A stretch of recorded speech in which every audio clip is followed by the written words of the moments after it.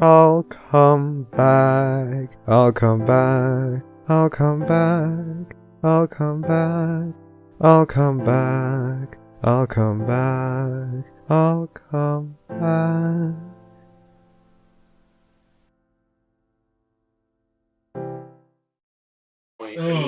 You need to just rip off the Band-Aid. It's pretty clear that we've been off for 3 months at least. Don't you just love our soundboard though? No, I really don't. Yes, like you do. I'm reaching this point where I'm realizing, oh my gosh. They're honestly starting to agree with Pencil. Oh my gosh. Hi, Alex _ Thank you for the tier 1 subscription for 3 years. Wow. Anyway. Yeah! Enigma. I'm gonna turn that off for him. 5, 4, 3, 2, 1. Hello and welcome to the Barcast, where the bar gets lower every single week. We're back after a short hiatus doing actual podcast-related material. Your bartenders for this evening are Enigmatic Otaku. I want my soundboard privileges back. Milk. I'm not giving you your soundboard privileges back. Rav. We'll never give you soundboard privileges back. Pencil and Flame are off this week, and my name is Soundboard Privileges. This week, we have not 1, not 2, not 3, not 5, but 4 special guests. We're celebrating an upcoming convention, Ciderfest. We're talking with the writing track, and we've got among their personnel, Nyronis. Hello. Sonic Sons. What's up? Steel the Warrior. Howdy doody. And Vivid Syntax. Hey there. For those who've never tuned in before, hello and welcome. We are barely relevant, but if you want to check out things about the pony community we've done before, you can check out our interviews of Andrea Libman, Dusty Cat, and many more on our YouTube channel, as well as iTunes, Google Play Music, and anywhere you can digest your podcast-related material. We're streaming live on Twitch right now, but oh my gosh, is anyone even watching chat today? All right, Milk's watching chat. Milk, what are questions we don't ask our guests? I mute myself here. We don't ask them certain questions that I've forgotten after 3 months of not doing this. Yeah, we don't ask. Those questions about life, politics, and, religion, yeah, drama. We don't address any of those things. We also have a drinking word today. Today, if you, oh my gosh, it says drinking. I hate this. Fuck. I'm not changing it. If you hear us say the word story, take a nice, healthy drink. And we have some special drinks that we're drinking here today. I know I've got a Sonoma apple cider called the Hatchet that I'm trying for the first time. Now that I live in California instead of Nebraska, I've got so many things to try that are so good. Is anyone else drinking anything fun? 1/4 of Dr. Pepper and 3/4 Depression. That sounds about right. Vivid, I know you were talking about something special you were drinking. Yes, I got the Pipeworks Cherry Wit. I bought it because it has horses on it, made of cherries. Oh god, they're unicorns! Horses made of cherries? I didn't know they made horses out of cherries. All right, my collective dudes, we need to go over who you are, what you do in Ciderfest, and how you guys got into Pony, how you got involved with Ciderfest. So I will take it down just how that's showing to me in the Discord chat. Nyronis, let's get started. Let's talk about you and your involvement in Ciderfest and what you do. All right.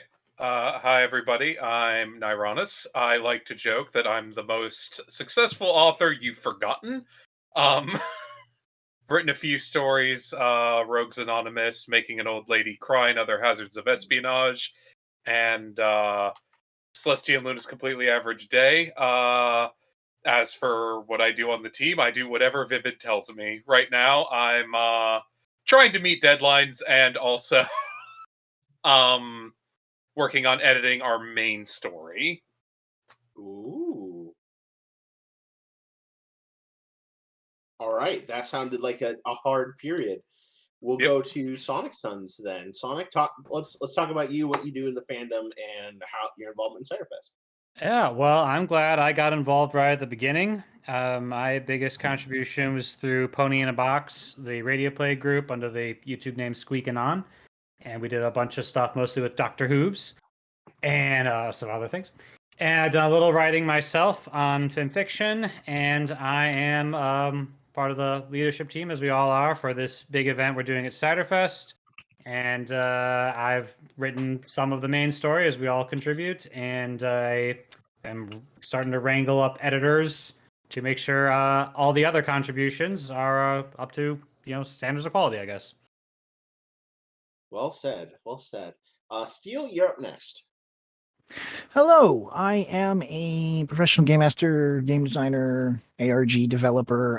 I do games like we're about to talk about for several conventions, pony conventions and furry conventions. I know, shame on me.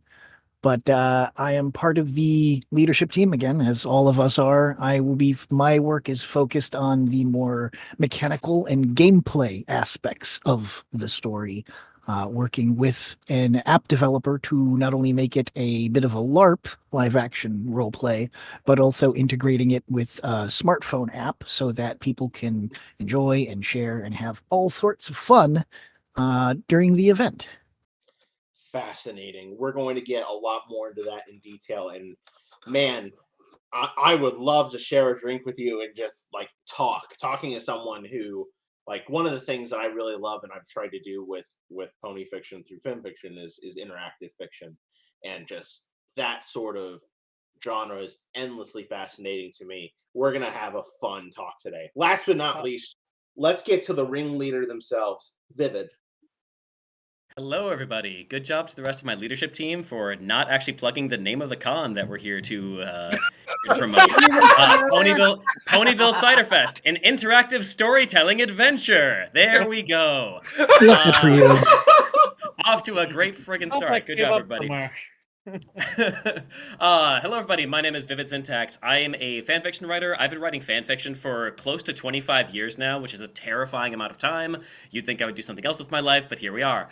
I am the experience director for the con this year. Basically, I'm kind of head honcho. Basically, it's my ass if this thing goes sideways. I work with the leadership team. I help recruit more people to the con, and I just try to make all of this stuff come together at the end of the day. Now, typically, when we're interviewing just one person, we have some like kind of get to know you kind of questions about, what do you do in the fandom? How'd you get into Pony and stuff like that. With this more being kind of a project group focused thing, I'm going to ask some more kind of questions about the project in order to warm us up to the thread. So where did the inspiration for this project, what you guys are aiming for, come from? Sure, I can take that. So Charlie Worthley, and I'm using his real name because that's all he goes by, is the convention chair for Windy City PonyCon and Ponyville Ciderfest. And in September of last year, he came to me and said, "Hey, Vivid, I want to do a convention that is focused on writers." Ciderfest has this thing where every 2 years or so they do a convention focused on a part of the fandom, and especially part of the fandom that often doesn't get highlighted. So we did musicians convention, and we did a cosplayers convention, and he said, "Hey, now it's time for writers convention, and I don't know anything about writers, but you're a writer, so do you want to run with it?" I said, "Yeah, that'll be great." And the idea that he pitched to me was if you've heard of the Galactic Battle Cruiser, I think is what it's called. That thing at Disney World that's shutting down now because it wasn't profitable enough. It's meant to be a live interactive experience where you get to really like live the story and like make choices and kind of influence the outcome of the story. So that's where the idea originated, and we just kind of have been running with it ever since. Awesome. So you mentioned having a convention for the writers. This is gonna be my first kind of like hardball actual investigative journalism kind of question. So knowing that in the fandom, or at least on film fiction, Everfree Northwest has kind of been the reputation for the writers convention. What is Ciderfest doing to make itself stand out and become a special writers convention? You get to live the story and not just. I don't actually know if they do it at Everfree Northwest, so yeah, I can't give you a comparison. Yeah, it's a LARP that everyone can participate in. Use the smartphone to collect information, and I mean, you get to be part of the story. It can't be any cooler than that. Yeah, as far as specifically writers, though, we're trying to recruit as many writers as we can from the fandom to help produce content for the game itself. A lot of the content will be short stories in the app, and we're trying to get everybody involved. So, hey, audience, do you write ponyfic? Well, I've got an opportunity for you. We all do, in fact. That's actually really fascinating. So for those who may be interested, let's in using this as kind of like an advertisement space. What are you guys looking for in people contributing to the project? Well, the main thing we need is writers because it is a writing convention, and we have lots of very short stories will be part of this interactive experience that we're talking about. We also need people to edit other people's words. Potentially a few cosplayers who can act out some of the stories. Vivid, I know you were talking earlier. Oh, no, it's all good. I was rapidly trying to get the links together. But like we said, we want writers of from all across the fandom to come in and participate with this because we really want this to be like my biggest vision about this whole thing is I want it to be about the community of writers, and I want us to really be the ones that are driving a lot of the content that's in there. One of the other things that we're doing is we've asked the folks who've already signed up to help as either writers or live action cosplayers and editors, like what would help you, what would make this feel like a writers convention to you? And we have this big document with all these different ideas about like having our own section that's like a reading room for a library, and having writing jams, and having the bookstore, and having again the biggest thing being like the writing theme is infused into literally every single part of the convention. Like I love Everfree Northwest. I hope I can go back again soon. I love their writing track over there, and it is they do a phenomenal job with it. It is mostly a writing track, I'm going to say. At Ponyville Ciderfest this year in particular, like it's all going to be about the storytelling in all of its forms, and I think it's going to be something magical. It's going to be something community driven, and we've already got like 50 different writers that have signed up to be a part of this project. So I'm just so enthusiastic with how much people are jumping on this. That's wonderful and exciting. And I had to ask the Jab about Everfree Northwest because specifically, Vivid and I were both community guests one year on that writing track, helping out with a lot of the participation that was happening that year. At least if I'm remembering correctly. Yes, indeed. Yeah. So there was a lot of really great things happening there. Yeah. Are we going to steal some of their ideas? Maybe we are, but we're also going to come up with a lot of stuff on our own. I mean, that's what fan fiction's all about. Some of the best ideas are taken from others and refined in your own voice. Right? Sharing is caring.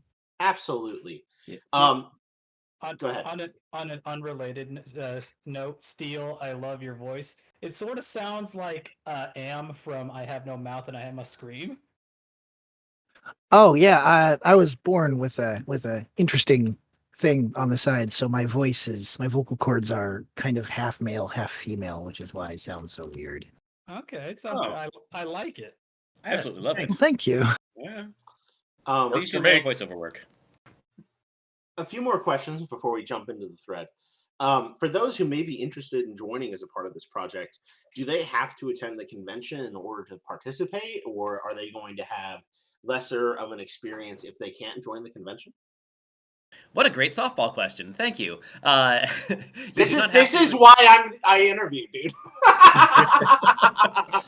Yeah, no, this is it's a great question. You do not have to be attending the convention to participate. We would absolutely love it if you can. There's going to be things happening at the convention that I can't talk about yet.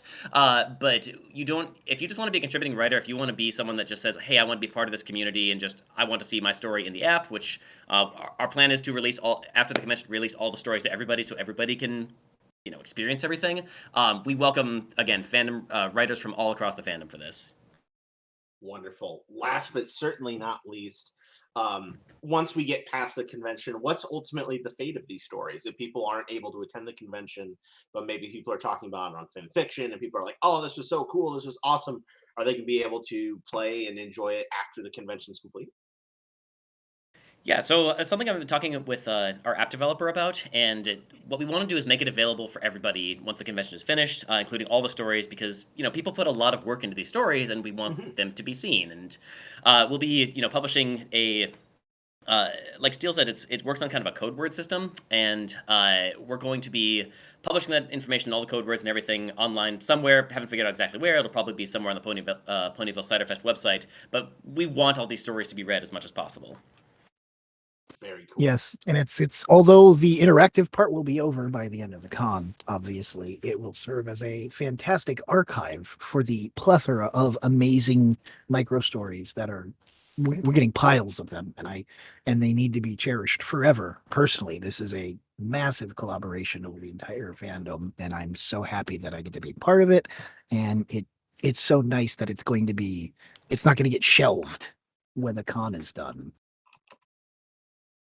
Yeah, that's really encouraging, especially for those who may be hearing about this after the podcast has gone live, or maybe they're catching up on it on YouTube. We'll try to get this up as quick as possible, so that way we can advertise to a larger plethora of folks. But this is exciting. This is a really exciting project.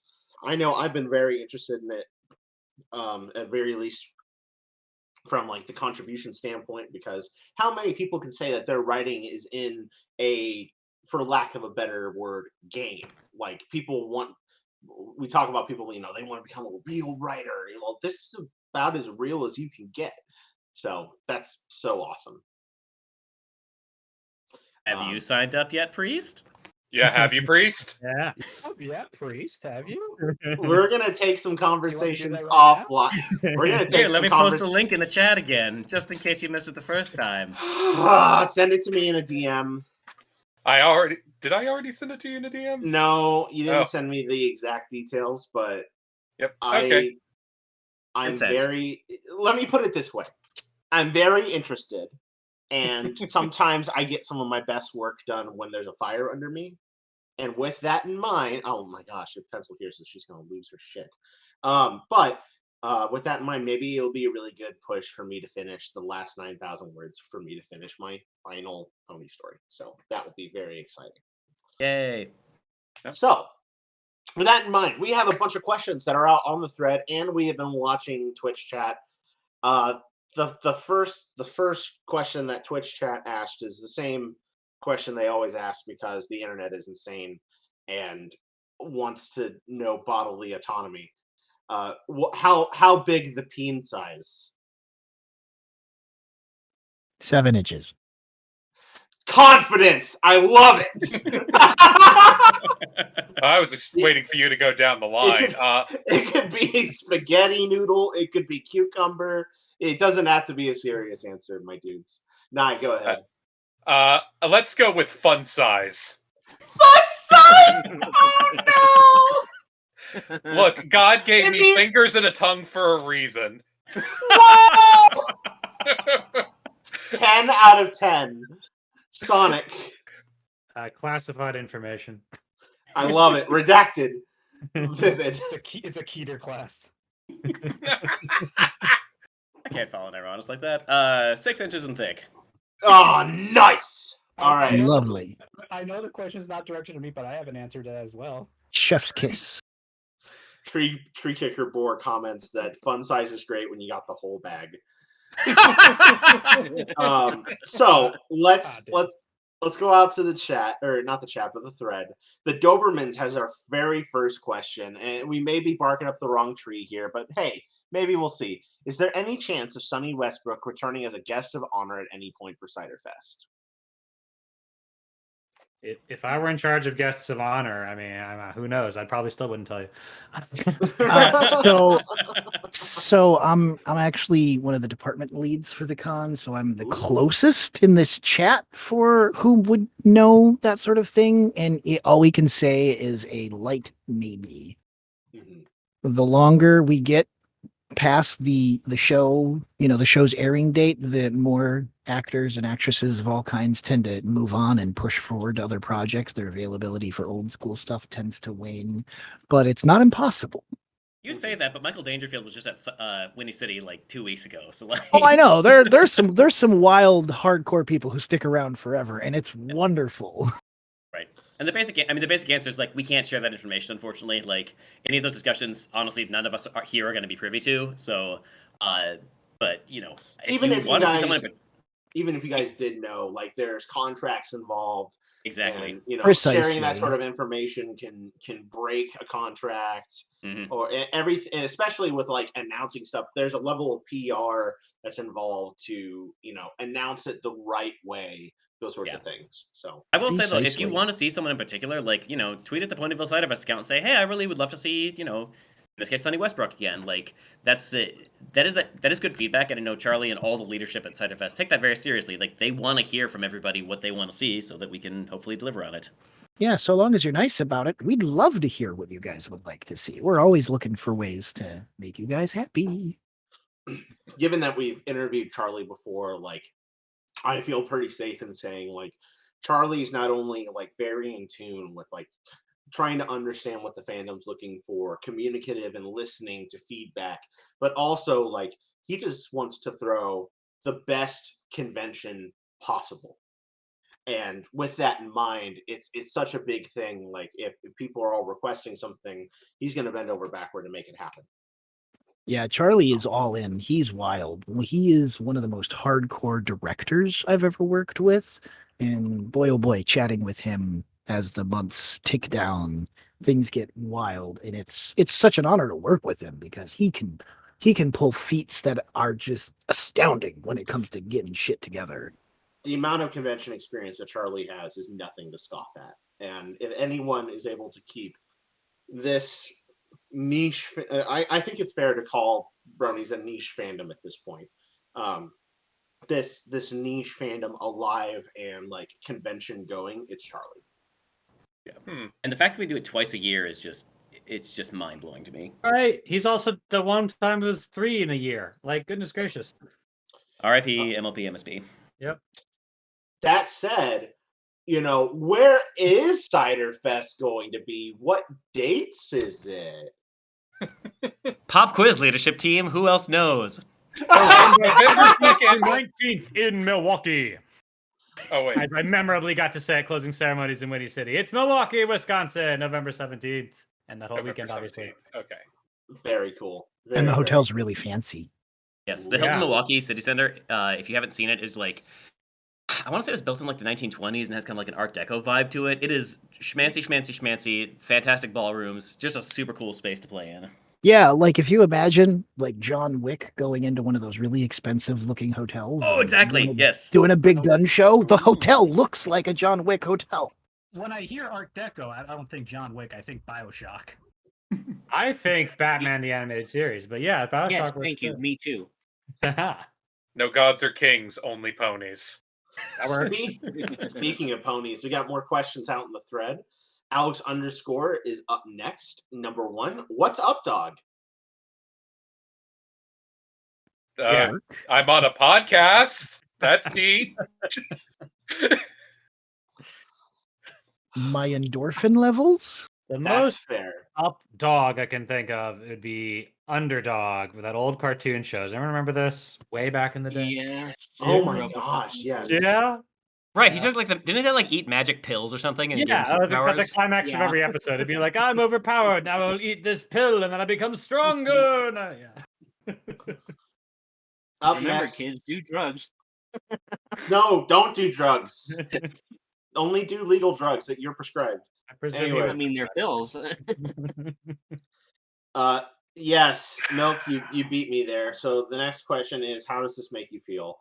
Behind the counter, we shared the picture that was shared, and how does it make you feel is a wonderful recurring theme that people love to ask on this show. That sounds about right. Disappointed.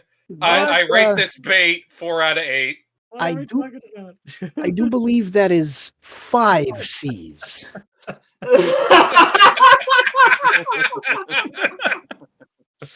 What happened to her wings?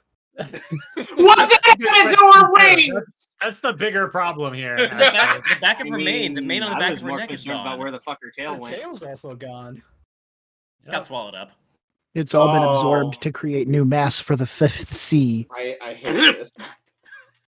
It's the law of mass distribution. It all went to her butt. Yep.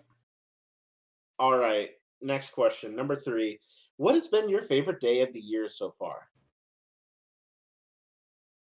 I mean, the day we were at Winnie City were pretty great days. So Ooh. I'll nominate those. Tell us about Windy City. Oh, Winnie City, it's a pun. Oh, come Winnie on. City. Yeah.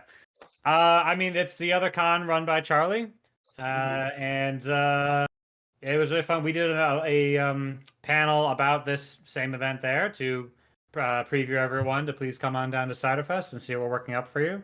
I got to be on closing ceremonies for the first time, which was like a cool thing. I did a little movie trailer bit with some of the great cosplayers we had. Once again, announcing a thing. I also did a bunch of karaoke unrelated to this whole thing, so that was fun. But yeah, it's just a little con near. It's in the suburbs of Chicago, and it's just always been a great time. That's awesome. What's the typical attendance like? Vivid, you might know the numbers better than I do. I want to like ballpark it at 500 or something. I think this year was 611. 600. Yeah. Confirm warm bodies. I think we've gotten as high as like 800. It was basically, pandemic hit. We were a little bit lower last year, and we actually we had more people come this year than last year, which I think is phenomenal for the fact that this fandom's been going on for a decade and a half now. So Yeah. I guess we're at a little over 600 this year, hoping to grow again next year. Very nice. All right. Number 4. Oh my gosh, the question's back. I have to get into the voice. Oh my gosh. Have you accepted Skeletor, the master of the universe, into your heart? You've always been in my heart, Skeletor. Dude, Skeletor's awesome. I love you, man. All right, next question. Am I the only one thinking of the "it always was" meme? And he prays. Always happen. I was thinking more of that video. I was thinking more of that video where Skeletor takes the edibles and it takes a while to hit, and then he just walks out of the room cackling to himself. Oh my goodness. I haven't seen this video. You'll need to send it to me. Up next. Oh my god, Alex, what is wrong with you? How long since you last took a shit? Bonus question, how was that shit? This morning, it was pretty good. A few hours mediocre. Exactly 12 hours ago, and it was excellent. All right. Let's see. Up next. Have you ever met a spider you liked? Yes. Yeah, there is. If you're fans of Studio Ghibli, and you go all the way to Japan, and you go to the Ghibli Museum, and you see the short films they have there. They have one about this romance between two spiders, and it's a cute little thing. Oh, Huh, I didn't know that. Yeah, For my part- you have to go to Japan to find out. Yep. Was it before or after he just said that anime was a mistake? Oh, anime is definitely a mistake. For my part, I don't keep spiders, but I love watching YouTube videos about keeping spiders. And my absolute favorite spider of all time, the green bottle blue. It is a gorgeous animal. It looks like a 90s toy. Oh yeah, those are super pretty. Yeah, Google. it's like blue body, green back. It's got blue and orange legs. It's like bright color, metallic sheen. It's a very, very gorgeous spider. This is Like like a Lisa 19 Frank designed a spider. Like a Yeah, 1980s exactly. 1980s fever dream. It looks like a transmetal transformer toy. Yeah, yeah. And they're completely harmless. They have a very good temperament. They're a wonderful beginner spider. Everyone I've looked at, if you want to get into tarantulas, green bottle blue is a good place to start. I watch way too much Exotic Pet too. Anyway. I mean, I can kind of relate to this spider thing to a small degree. I used to be afraid of them, and then I went and I figured, you know what? I wonder if I can just like expose myself to them and get over it. And I kind of sort of did. I went and figured out how they move, and just knowing how the legs move and why they're so creepy when they move got me over the fear. And now I absolutely love spiders. In fact, I don't even like killing black widows. I hate having to kill those things, but they're a danger around here, so Yeah. The only reason they're so freaking pretty. Yeah, the only reason I kill black widows Which, fun fact, no one has died from a Black Widow bite in 80 years since we've invented the antivenom for it. I just can't afford the fucking hospital bill if I get bit by one. Absolutely. That does not mean Right? that we are now immune to them. I don't want to be the first guy that does.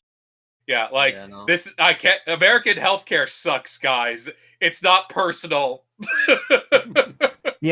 So I don't keep spiders, but I live in the Midwest and I live in a basement that is half above ground, half below ground. So the windows are perfect places for those tiny little fuzzy jumping spider guys. Oh, Oh, And yeah, those yeah, guys are both incredibly adorable and incredibly intelligent.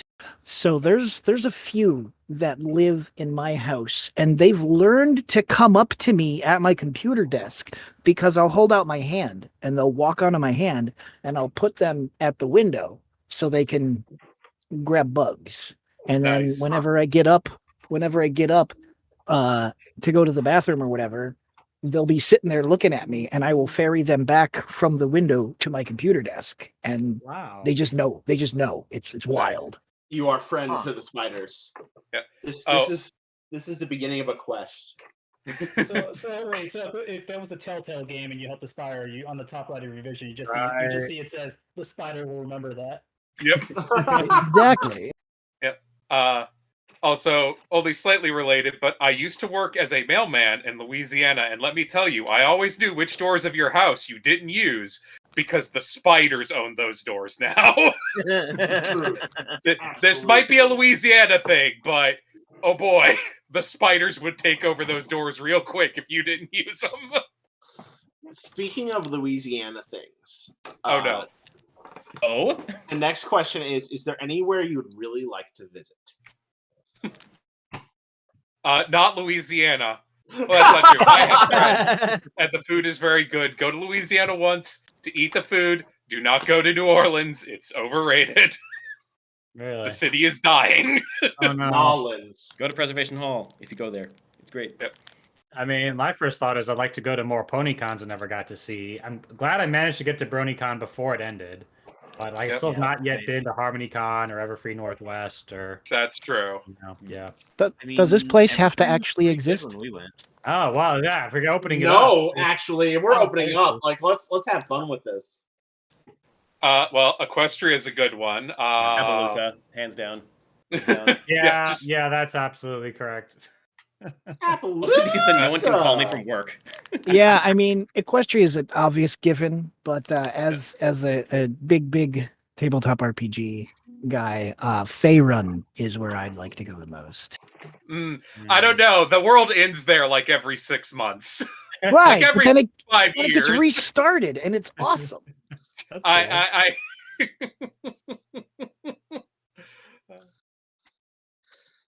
It's a All lot, right. a lot of spirity stuff. It's cool. All right. Up next, we got questions from Rav. Rav, would you like to ask your own questions? Sure. All right. Oh no. How many cons have you been to? I went to the last 4 BronyCons. Nice. Wish I could have been there with you. It was a good time. Yeah. Jesus, I have to count. Yeah, same here. I've been to I think like four Winnies and 4 Ciderfests. Went to Nightmare Nights once. Went to BronyCon once. Everfree twice. I've lost count. There's some MLP MSPs in there. So if we're just counting PonyCons, I'd say probably 12, 15 or so. So I've been to every Midwest Fur Fest since 2003, every Anthrocon since 2003. Those are some of the world's largest free conventions. I've done every Winnie City, every Ciderfest. I did TrotCon. I was guest honor at TrotCon once, which is really cool for the Changeling game I made. If there are any fans out there, maybe Are You a Changeling? Good times.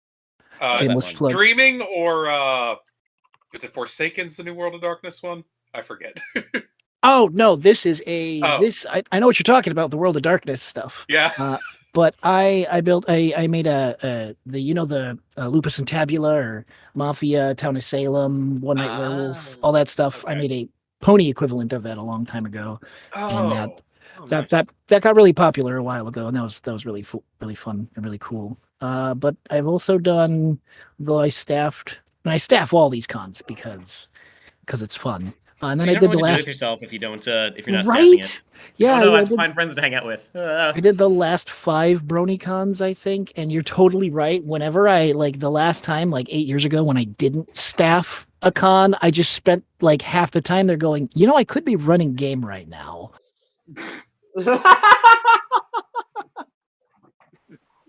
I wonder if Reg needs any more volunteers. Speaking of volunteers, Good segue. I have been corrected by the lovely Alex that I have accidentally skipped a question, so I'm going to go back. What is your favorite word beginning with the letter G? With the what? That begins with G. The letter G.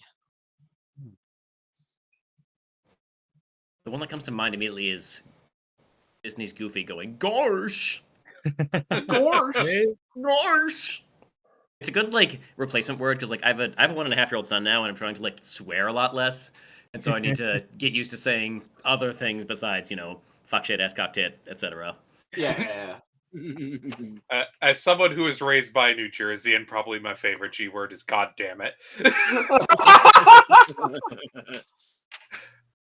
Well, I'm just thinking of one that works into a song. Generosity. I like to sing, so that's cool. I want a version of that song where Rarity forgets the lyrics.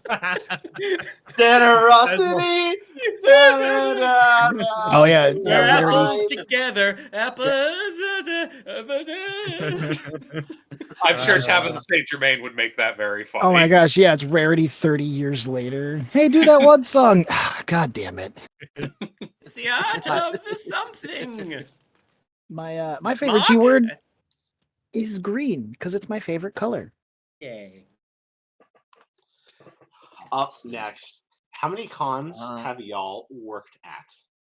I guess I'm not doing my own questions anymore. No, I'm terrible at this. I'm sorry. Rev, go. Please do your questions. I'm bad. Well, you already asked the questions. I'm Okay. Oh. I've not actually officially worked at a con before this one we're about to do, so this will be new for me. I've done a couple panels, but this is my first time working That's for true. a con. I have done a couple panels before, if that counts. Yeah, I don't did think one it does. You don't know anything it does, yeah. We appreciate all our contributors, but no.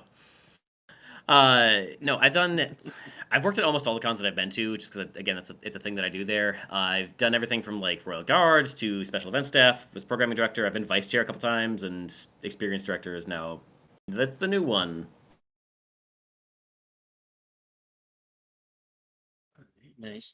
I stand by my previous statement. I haven't not staffed a con in 15 years. I once did a panel that wasn't mine. That was interesting. It actually worked out really well.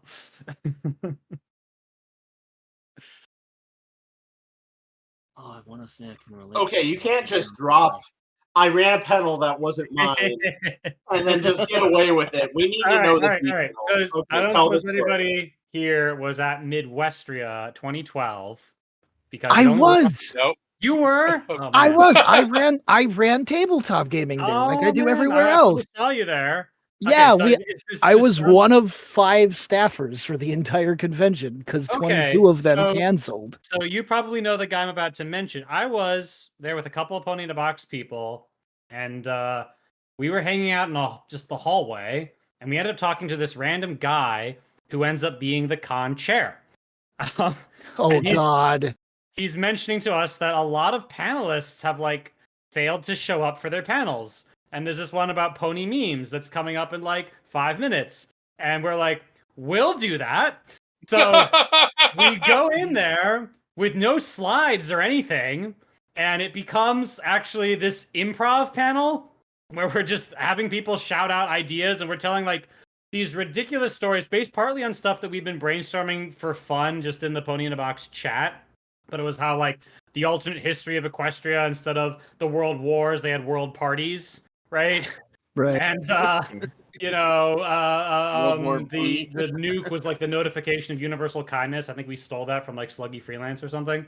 But it just kept like building up from there, and like eventually became this giant group hug at the end. We packed the room. This was Aw. really fun, actually. Yeah, I heard about that panel. I heard that it was a huge success, despite the people who were supposed to run it totally weren't there. Yeah, so That's we amazing. recorded some of it. It's this video that I love to share with people. It's on our channel if anyone wants to see it. I thought this was so great. Got into Doctor Who and a bunch of other stuff too, because like whatever, it's random. We're improving.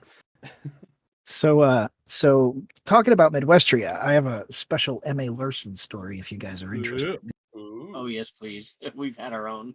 Okay, so you guys are pretty familiar. For those of you who've interacted with him on a personal level, M.A. Larson is a jokester, a prankster. A treasure. He's a treasure. He wasn't always that way. Ooh. Oh. You see, Midwestria was, I think, like the second or third ever PonyCon, and we were the ones who didn't have the money or the backing to get any of the actors. So we got 2 writers, and we got M.A. Larson and I believe Amy Keating Rogers. And they both showed up to this. It's a really tiny hotel. It was, I mean, okay, so it wasn't tiny, but it was small, you know, definitely much smaller than what you normally think of when you think convention hotel. And as staff there, I loaned them my van to drive them from the airport because it was the least grungy looking. Like everything was on fire at this point. It was Thursday and all of the staff was there. Everything was on fire because out of the 25 people who signed up to staff, me and 4 other people were actually there. It was a mess. You guys did a great job for being just 5 of you. I liked the convention. Thank you. Yeah, it ended up being a great time. But yeah, behind the scenes, everything was on fire always. But anyway, they show up and like I'm there to help because again, only 5 of us. And I'm there to like, hey, how you doing? This is probably your first convention before because, you know, the writers always tend to get overlooked when it comes to fandom things. Thank goodness this upcoming convention is doing a better job. Yay. But they show up and they're totally like, this is weird. There's a bunch of nerds and it's a little whatever. They're a little, you know, like they're a little nervous. Like they don't know what to do about it. And so Friday evening comes along. And it's really fun because although this is a really small hotel, there is a bar right next to the front desk. And then halfway through the hotel, because it's kind of this weird Z shape, there's a bar halfway between the front desk and like the little the panel room convention space. So there's booze everywhere. And for those of you who aren't too familiar with M.A. Larson, he likes that stuff a lot. And because he didn't have an escort most of the time, you wouldn't believe how many times over the radio we've heard over the weekend, hey guys, where's Larson? Mm-hmm. And we find out Saturday morning that people are getting tired of not knowing where the hell Larson is because he's so hard to find. And every time we go looking for him, we're just like, just go check the nearest bar. And fans are just shoving alcohol down this dude's face. Oh, no. And at the beginning, he's just like, I don't want to be rude. I don't want to say no, but this is like hundreds of dollars. So he feels bad at first. And then things very quickly go downhill because he's drinking all of Friday, all of Saturday morning, all of Saturday afternoon. He's doing his panels. He keeps his liquor pretty well. He performs quite adequately. But the alcohol does not stop coming. And so we have to literally hunt him down. We had to have all 5 staffers look for him. And at one point he was passed out in an elevator.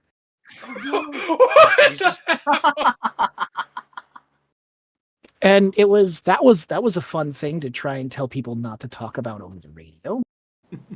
But it was amazing. And then Saturday night comes along. It's the big night. Everyone's having fun. There's the guests of honor. It's like time to cool down. It's pretty late. It's like 10 o'clock. So, adult people with real adult people jobs, it's time for them to start winding down. And then an hour later, some kid comes into my tabletop gaming room and is all like, guys, you have to come to karaoke. M.A. Larson Oh. and Keating Rogers are doing karaoke right now. Oh my god. I And think I've so heard about this story. we all go. We gotta go check this out. This karaoke room is the size of like an average men's bathroom at a restaurant. It's tiny. Mhm. But Mhm. somehow half of the convention is packed in there. And there is an absolutely wasted Larson and Keating Rogers up on stage singing Grease Lightning. Because everyone's all like, oh, do winter wrap up and do all this stuff. And he's like, I don't know those songs. I didn't write the songs. I just write the story. And at some point over the night, unfortunately, I wasn't there for when it happened because I had to go back to my duties. But at one point during a down part in a song, he apparently decided to scream at the top of his lungs, "Fuck Celestia!" Have heard this story. This is great. Yes. Oh dear God. I had no And idea. I had no idea what I was missing. Yes. And so fast forward Sunday afternoon, closing ceremonies. There is an M.A. Larson up at the front, wildly hungover. Like you could still see the Alka-Seltzer bubbling in his glass of water. Just, oh my God, bad day. And eventually, like right as they're about to like start opening, like the guy's like, so this is it. And he just kind of grabs the microphone and just goes, guys, so I did a thing last night. If any of you recorded it on your cell phones, could you like not post that on the internet, please? I like my job and I want to keep it, and it would be really cool if you didn't get me fired. And so my buddy, tall ass guy with a huge mustache, marches up and goes, "Oh, you mean this video I have right here?" And he gives him his phone and he hits the play button to, prove that it is. And we hear over the microphone a cell phone level clarity, "Fuck Celestia." So everyone could hear this at closing ceremony. And Larson's all like, "Why did I push the play button? I'm only damning myself further."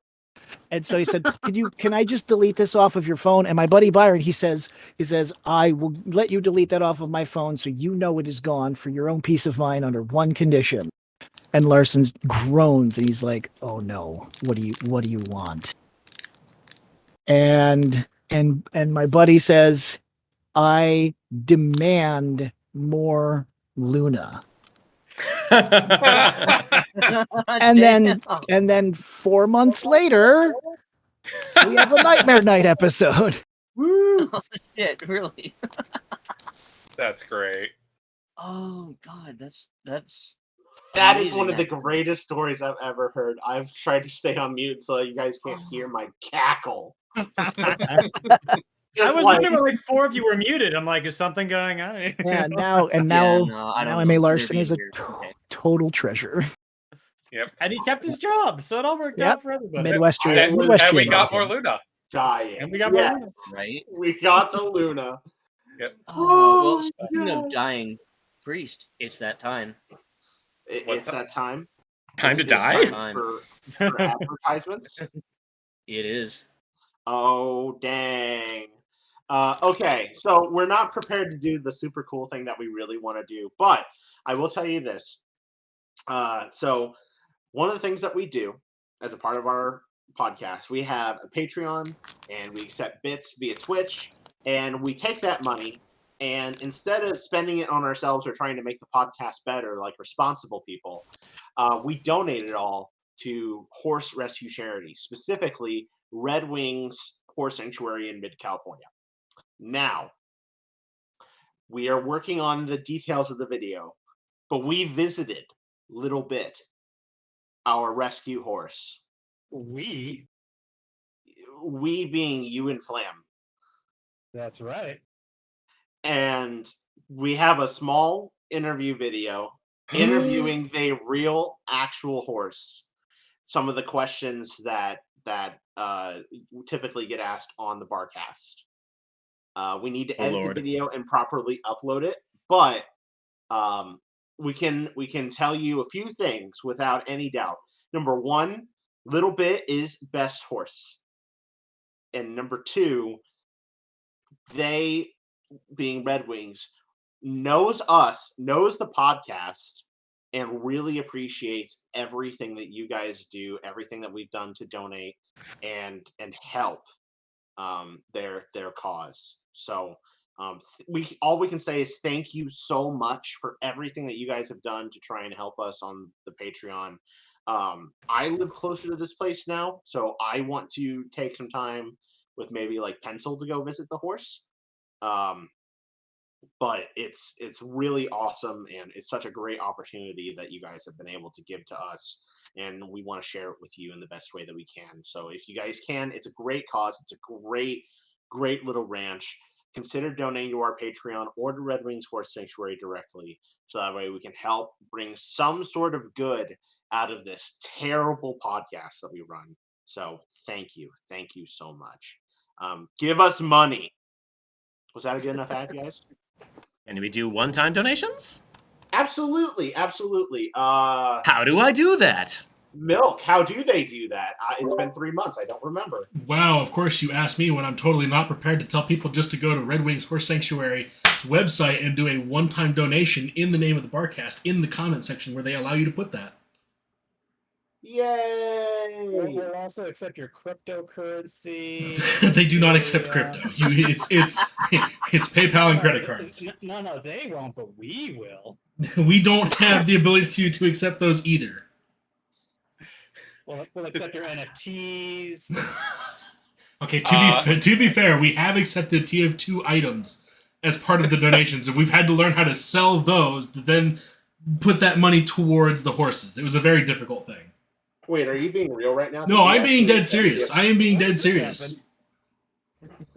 This is the good items. Oh yeah, no, they were good. They were good items in the sense that you could get like 20 cents to like $2 for them.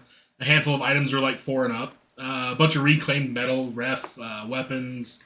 A couple of unusuals that didn't really sell because people don't sell unusuals for some reason. I don't know how that works. Huh. Interesting. You said the horse is Little Bit, right? Yes. Little Bit. Little Lil apostrophe. It's a he, right? I just want to make sure. I don't want to misgender the horse. I mean, I don't remember, getting close to the floor to check, but I assume, yeah. They follow the general writing stereotype of little brat. So the nickname for Little Bit is Little Shit, from what I understand. I'm like, wow, we really did choose the best possible horse. Yeah, from what they said, they call Little Bit Little Shit because he has a habit of escaping from his enclosure. Which I don't know how, because he's like a small horse, and the enclosure is way bigger than him. It's awesome. It's so cool to hear about it. Like, even though I'm just on the sidelines, like, this is great. Tell us more. Anyway, that's everything. Well, I just donated, and it was quick and easy to write the Barcast in the name of the little box. So I think everyone should do it too. Thank you. With all of that in mind, let's jump back to questions. We are here for Ciderfest, not just for the horses. The horses help. Oh shit! I need another beer. Do we get to use the soundboard? Do we get to use the soundboard? Right. Yeah, go ahead and use the soundboard. Get it out of your system. Oh shit! Really? Okay. Do we have other good sounds on our soundboard while we're letting people?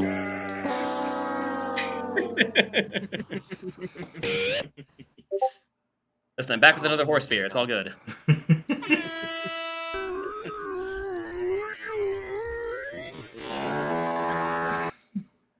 Okay. Oh, fuck? Oh, I am just ready for so here's some background information. When we first started the podcast with like four or five, oh my gosh, it's 6 years. It's 6 years, 6 How to 7 long have we years. been doing this? Oh my gosh. Just shy of 7. Yeah. So Oh, wow. like when we started that long ago, we threw out the idea of like, oh, let's get a soundboard and we can do like little things. And we had a soundboard for one cast, and all it was sound spamming. It was a complete nightmare of a cast just because the guests got in on it, thought it was funny, and like it just became a nightmare. It was a travesty, and It it was upped fun. that pencil so much. And I think she knows that soundboards exist on Discord just through like other like chats and stuff, but it probably hasn't clicked yet that there can be soundboards on the cast that go out to Twitch, and it's just like, oh no, she's gonna hate this. There's gonna be new rules in place. I'm sure. I'm sure. Anyway, Right. I think everyone's back. Rav, I'll hand it Alright. back to you for your questions. Yeah. Okay, so bouncing off that previous story of Larson here, what would be your favorite con experiences? What have been previously, or what would be in theory if we could do? Like, what have been your experiences? been. Like your favorite things that have happened to you? I mean, BronyCon 2019 was an awesome thing, and I mean, like, I'm thinking randomly at closing ceremonies. First off, I had predicted the day before, wouldn't it be great if they played Solidarity at closing ceremonies, which is all about how this fandom is still gonna keep on living, even though the particular con happens. And then they played it, and I was like, this is great. But also like the little things that you get just specifically at BronyCons. I couldn't make it in the main room for closing, but I was in like the spillover room, like the other room. And we're watching on this feed, and I'm trying to videotape everything, but my phone is running out of battery. So I ask random strangers, "Do you have like an extra, spare battery to charge with?" And some guy lent me his battery, so I could film things, and then trusted me to give it back, and I did. And I was like, I don't normally do this with strangers, but I can do that at a PonyCon. Yeah, that's for sure. Oh man, there are so many good memories. Let's see. I have my own M.A. Larson story where I accidentally stalked him for like an hour at a BronyCon once. How? I kept running into him when I didn't intend to. But that's a bit involved. There was a really gratifying. I did a panel for Nuts. It's one of the online conventions. I have the channel open, and now I'm drawing a blank on its name. And I'm going to feel really bad about that. Ponyfest Online. There we go. Wow, I feel bad about that. I did a panel on writing romance with monochromatic, and people were like commenting in the chat that they were taking notes. Like fan of most everything saying he was taking notes, and like, that was gratifying.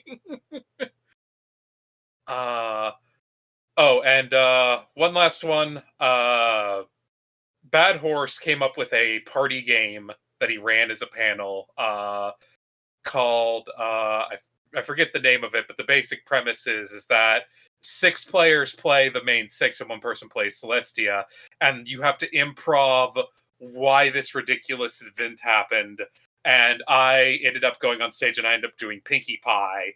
And I guess I did a pretty good Pinkie Pie, given that fan of most everything who was playing Twilight was like looking at me like he wanted to strangle at me while I was rambling on and Good improv is about screwing over your fellow performers. I've got so many good memories. I've got 2 stories that immediately leap to mind. One of them is at the second to last BronyCon. Is when it was. I met Do the Daring Do for the first time, and we hit it off. We're still great friends today, and I think he's actually streaming like soon. So once we're done here, head over to his stream. But we ended up just like walking around the city for at like all through the night and like through sunrise and everything. It was just really, really magical. Magic of friendship, yeah.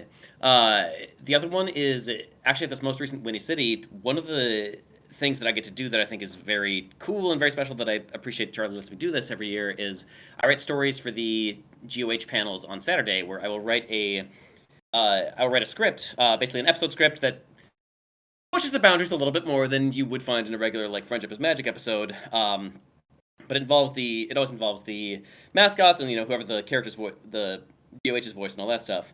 And this year we had Michael Dangerfield, who is the voice of Brayburn. And if you know anything about me, you know that I am a Brayburn enjoyer, we will call it.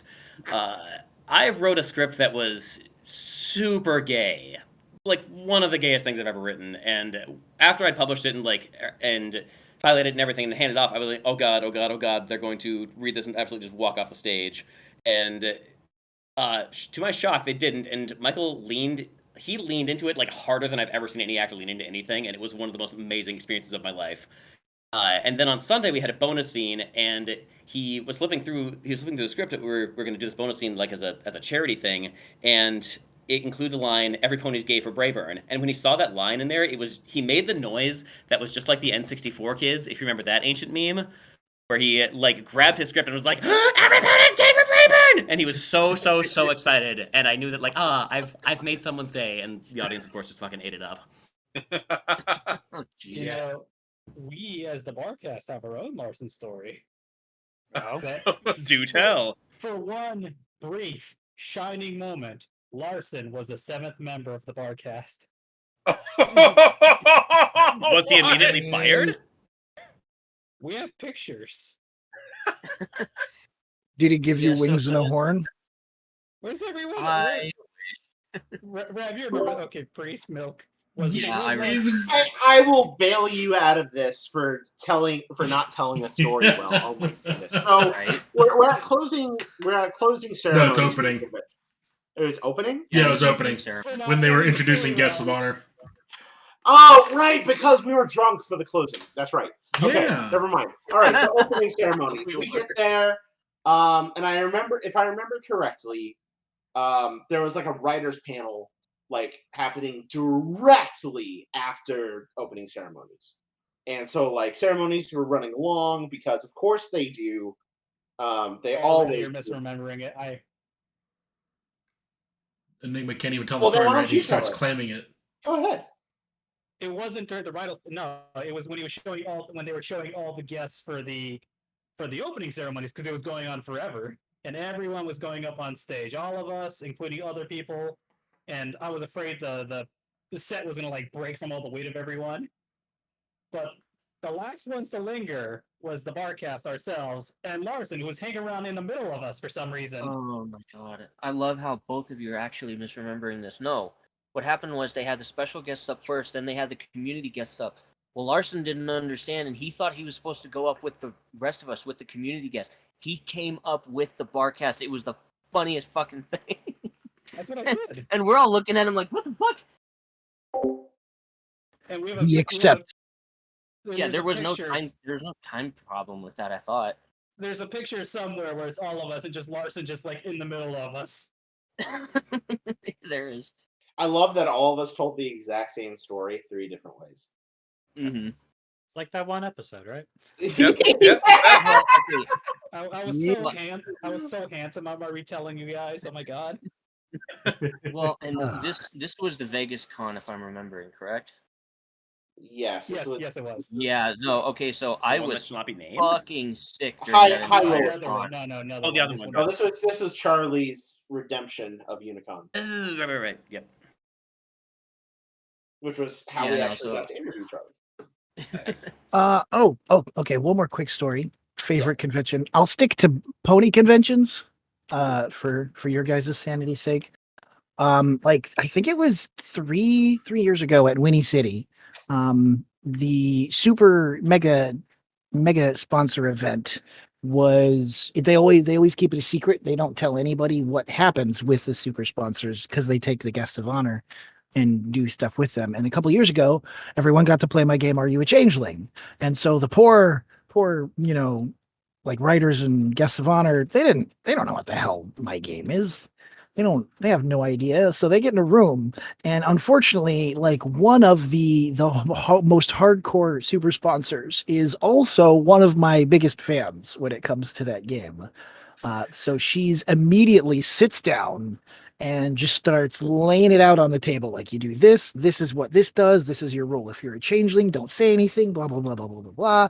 And she explains it pretty well. And so everyone's all like, all right, we got this, we good, we ready to go. So I make a deck, I hand it out so everyone knows what their jobs are.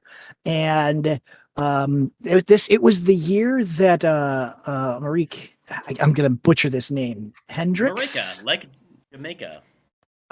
She did Gilda. She'd voiced Gilda for everyone else who's bad with human names like me. It's And pronounced like Jamaica. Marika. Beautiful, thank you. So we were running. I was running the game, and she thought she knew what was going on. And you should have seen the smirk on her face when somebody gets eliminated. She's like, "Aha!" And eventually, she finds out that she lost because there were enough changelings and townspeople, which is a lose condition for the town. And once people start going, "Oh my gosh," and everyone's breaking down like, "Oh, I was this, it was totally me," blah blah blah. She just looks at me. She's like, I thought we won. What happened?" And the lady who was like, who knew the game really well, she's like, "Oh, I was a changeling. I just played you the whole time." And Marique was just like, but you said you were a pony." Oh no! And so my big fan turns and looks at her. She's like, "Yeah, I lied." And Marique just had this gigantic, her eyes went so wide as it dawned on her, and she screamed in surprise, "What? You mean everyone could be lying to me?"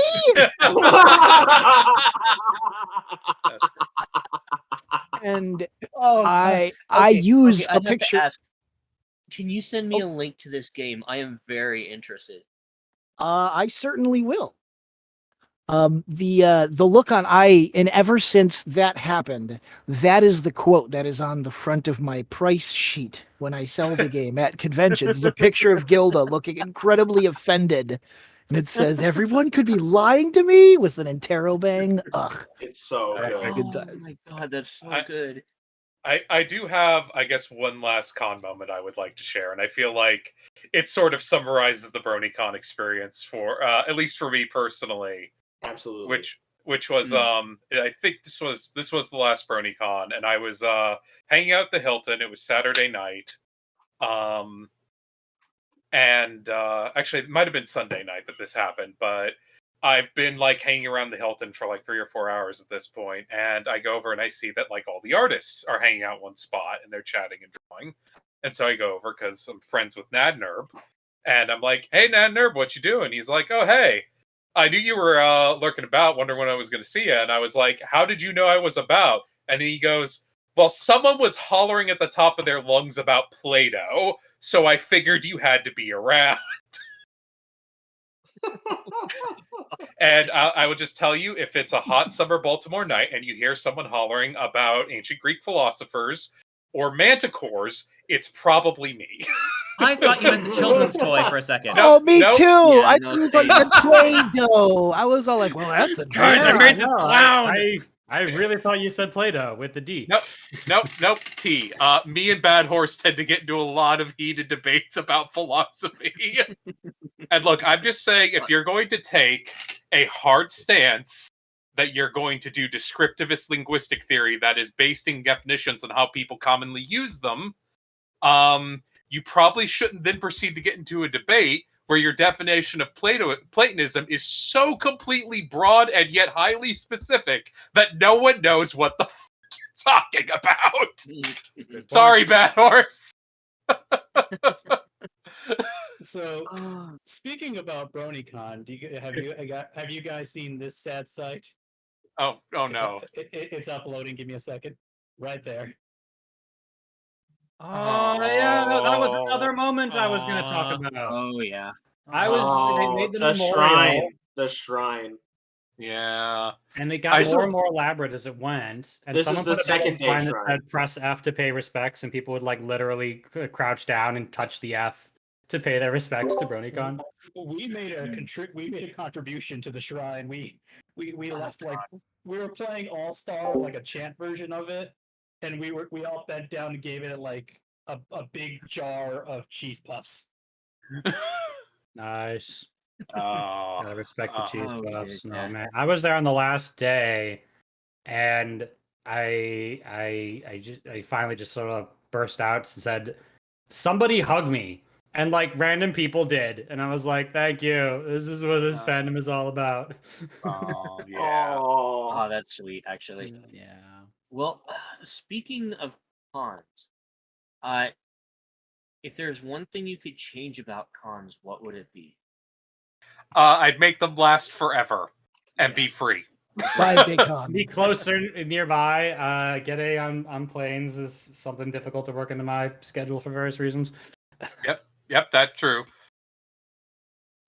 Yeah, I agree. 5-day conventions. If in a magical world where I could just make it happen, a 5-day convention is my favorite type. Yeah, a or couple- even just a lot more of the little meetups between conventions. There were a few of those near me that happened like every month or twice a month in like 2012. And it's not going the same as it was. I hope to bring that level back someday, but who knows? Yeah, no, Yeah, that's I'd that's say fair. same thing. I wish they could have more of them. I wish we could have one that was like focused specifically on writers, like we have at Ponyville Ciderfest, an interactive storytelling adventure, November 17th through 19th at the Hilton Milwaukee City Center in Milwaukee, Wisconsin. Yep. getting it in More there. It specific. needs to happen. It needs to happen. Yeah, no, I mean, Yeah, if I someone should had do the a money, con I like would that. be going. I'll be honest. So speaking of, because you mentioned Milwaukee, without naming names, and I mean specifically the conventions, which locations were the best in spite of the cons? Location. Okay, you realize that if we name the city that something's in, people are gonna know which con that is, right? Right. I don't mean specifically pony cons. I mean any convention. Where is a location? Pittsburgh. that's good? I mean, I don't think anyone in the world wants to go to San Diego, but I San love San Diego Diego. Comic What? Con. I've only had negative experiences of LA. Well, San Diego isn't technically LA. Disneyland is there-ish. There is, Yeah. yeah. I have only been to BronyCon, although I will say Baltimore leaves a lot to be desired. There's just like a line 2 blocks away from the convention center, and if you cross it, you clearly are in a different economic zone. Oh no. Suddenly, mean- the sidewalks have cracks big enough you can fall into, and there are rats the size of dogs that shadow you on the way to the gas station. I'm not You must even have been kidding. going the opposite direction that I did, because I had to walk like, what was it, 6 or 7 blocks, because I needed a poster tube, and the con was completely out. I had to walk to a fucking FedEx to get a poster tube because I needed one. And that was a long ass walk, but I tell you what, it did not change much. Yeah, See- if you stay along the water, it's nice, but if you go into the city, it's bad.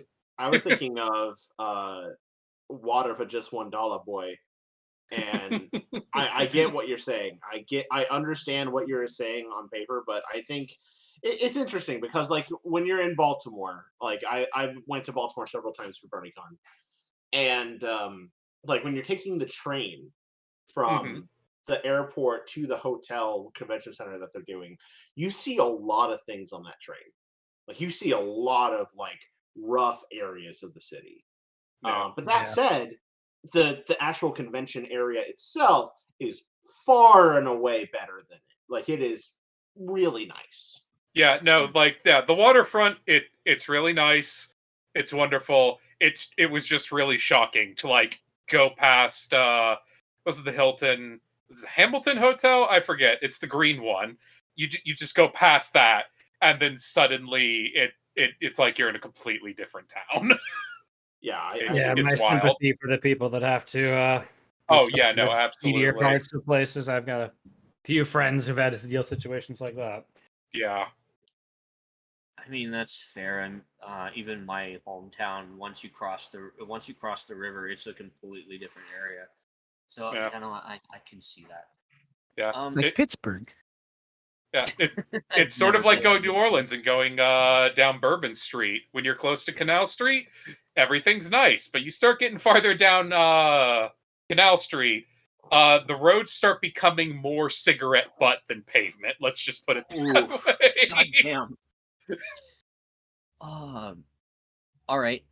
So speaking of experiences, what is your worst memory of a con not due to the con itself?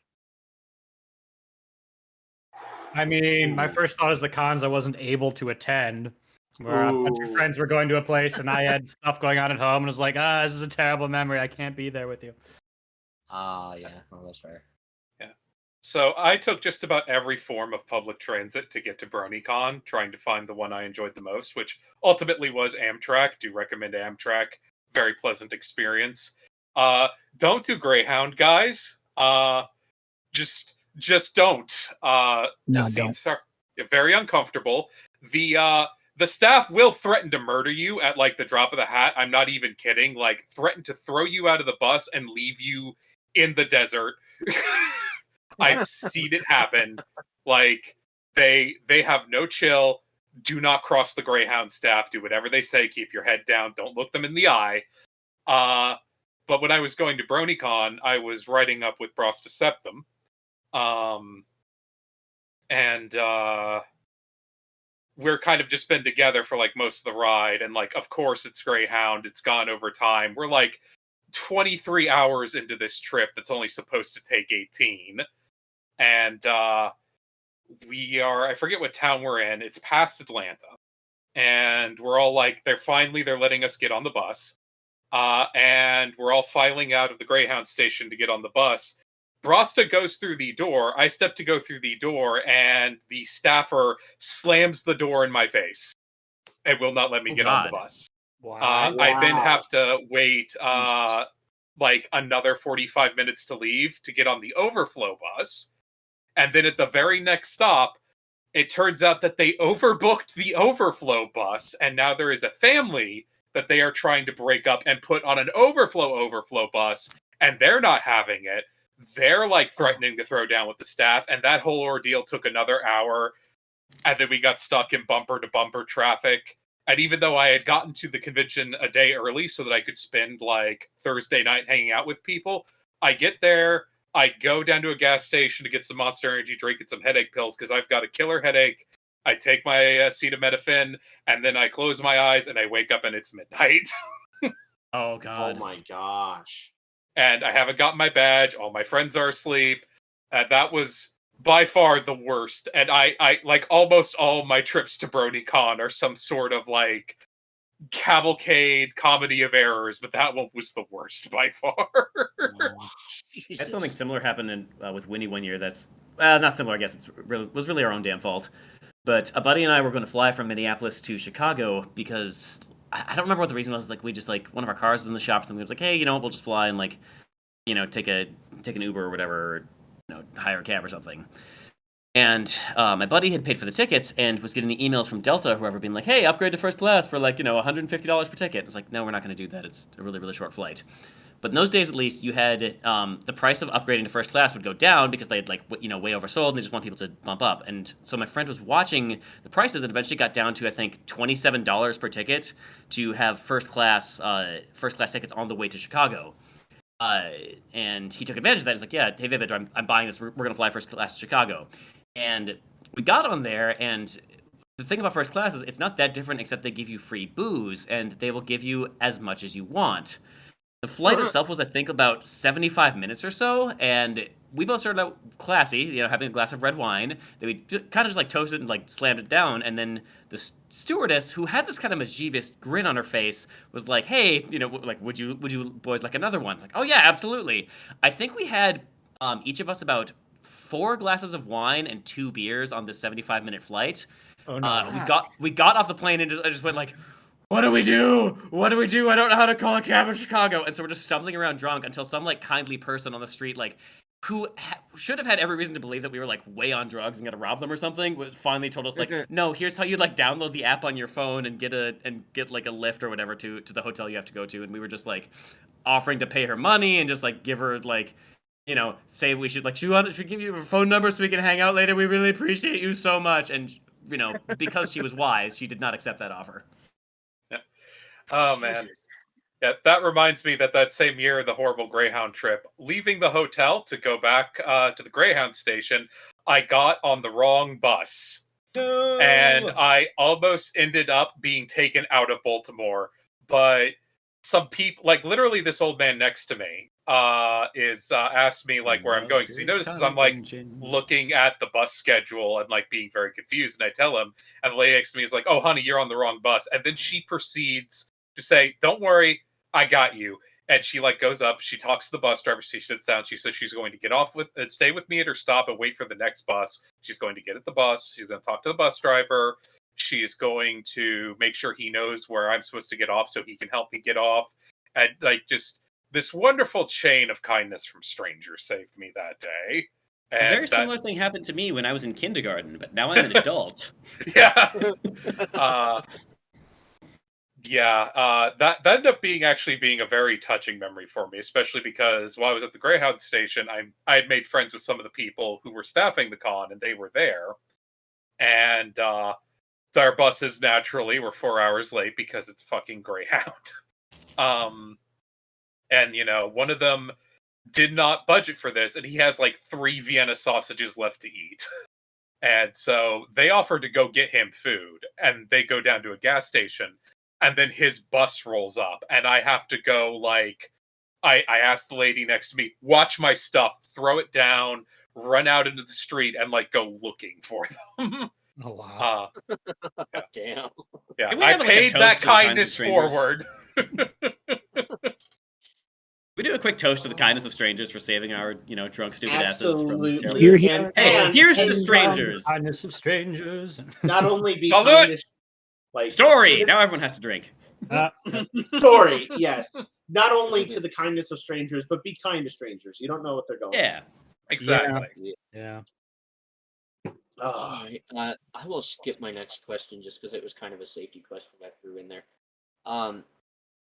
Who is the real hero of that con? You know the con. Who is the real hero?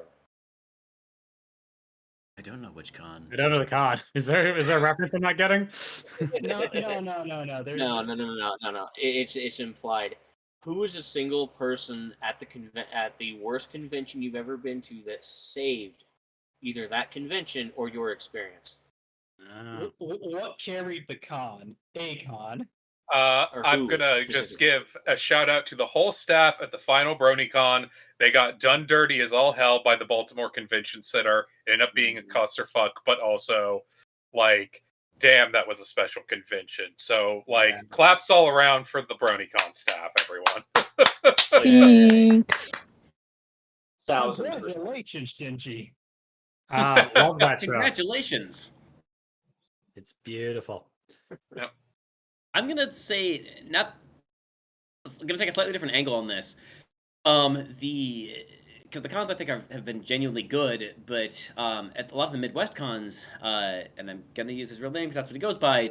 Brandon is the app developer for both Windy City and Ponyville Ciderfest, and he has put in so much work over the years and doing a ton of work for the storytelling experience in particular that just like. We literally couldn't do what we're doing without him, and so I think Brandon is absolutely wonderful. Yep. I'll drink to that. Story time. Yay. Love it. Alrighty. Let's see. Here's a stab at a couple of very particular people we've run into at cons. But do you think showering is important, or should we make like the karate belts and allow the experience to build up?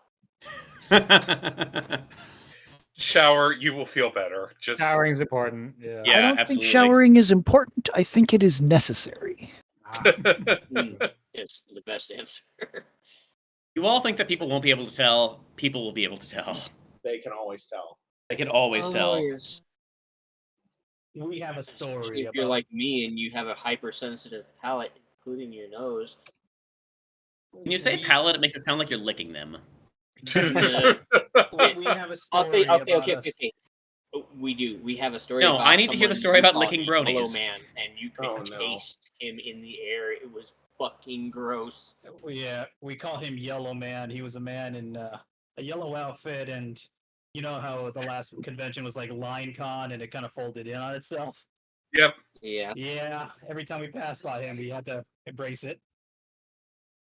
I mean, I never It- saw him. I only smelled him, and then somebody pointed it out to me later. And those, I can tell you, at least his shirt was not supposed to be that color. Yeah. Somebody up ahead threw up, and I suspect because of him. Oh, That doesn't surprise me. Always fun to meet an avatar of Nurgle out in the wild. Hey. nerds. Oh shit! All right. Finally, plug your con again. Tell us something you're looking forward to most about the con. Our particular con? Yes. I'm looking forward to all the people interacting live and like finding code words and then like excitedly sharing them with their friends and figuring out in real time like how to navigate this whole thing. It'll be a big old group experience to it. I think it'll be great. I'm looking forward to people enjoying the work that we've done, partially because, well, I think we're all entertainers here. Like, having people enjoy our stuff is very natural, but also that means we got through this trial by fire in one piece. Yeah. We could get an A+ in conventioning, a thing that is both possible and reasonable to want. Possible. But also, like, if you guys are able to get through this and do it properly, you guys can really create something that's valuable, like, going forward. That said, I know I'm reading our chat. Steele, you need to take off. Steele, do you have any parting words you'd like to leave for the listeners? Well, I'd like to thank all you guys for listening, supporting this podcast. This is really cool. I never even heard of you guys until today, and boy, oh boy, this has been a ton of fun. I'm not gonna lie, this has been great. We have so many episodes you can catch up on. I would love that. You guys are wonderful hosts. You ask great questions. Thank you very much. I cannot wait to see whichever ones of you who will be coming. Can't wait to see you guys there. But yeah, you listeners, you guys are awesome. Yeah. Priest, Priest, you going? Yeah. Yeah, Priest? totally. I don't think it'll be in my cards to attend the convention. That's all I'm gonna say. But you signed the form and blood, Priest. But you're helping. We'll see. We'll see. Helping. I have hard decisions to make tonight. Anyway, thanks for having me. You guys have been beautiful, but I gotta go. My players are gonna kill me if I don't let them murder Hobo really, really soon. Fair enough. Love you, Steele. Thank you. Bye bye. Thanks for having me. Have a good night. Hugs and kisses. Oh, yay. What is left? What is left? What is left? We have. It's the opposite of right. Baby, don't hurt me. Yes, I was thinking I see the questions from 7. Are we good to go to those? Yeah. Okay. What would you say is your favorite part of going to conventions? I've always enjoyed the merch tables. Oh man, I have a book. I have a shelf and a half dedicated just to printed pony fiction. So that was nice. Honestly, it's meeting all my friends again. Like, this is like the one time a year that I get to hang out with all my horse friends in meat space. Yeah, I heard someone say that the best conventions are the ones that after a while it feels more like a family reunion. Yeah. I think there's a lot of truth there. Oh yeah, I enjoy just the vibe of them all. Of just the I love the idea that you are in this place with hundreds of other people and you have something in common with every single person there, and I think that's just phenomenal, and it's great for meeting new people and, like I said, meeting old friends and just getting to have that experience where literally everybody's on the same page about everything, and then even like the normies get into it too. Like it's such a cool vibe. I know you said you like the vibe of it all, but what I heard you say was you like the vibe of the mall. I love the vibe of the mall. I love leaving the convention to do some just like shopping. I have to pick up some new shoes. It's great.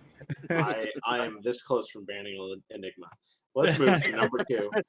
What city have you been to a convention that has had the most unbearable traffic? Baltimore wins by default, I guess.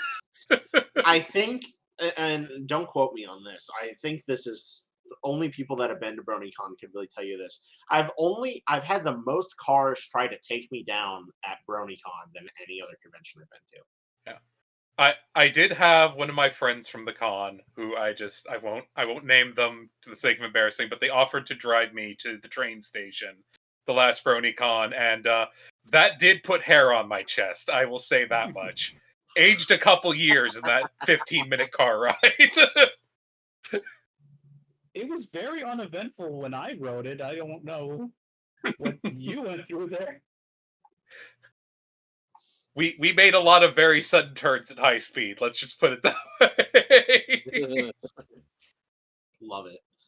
I mean, I can say from my only experience from BronyCon, I never had to deal with the road except for crossing it to get from the hotel to the convention center.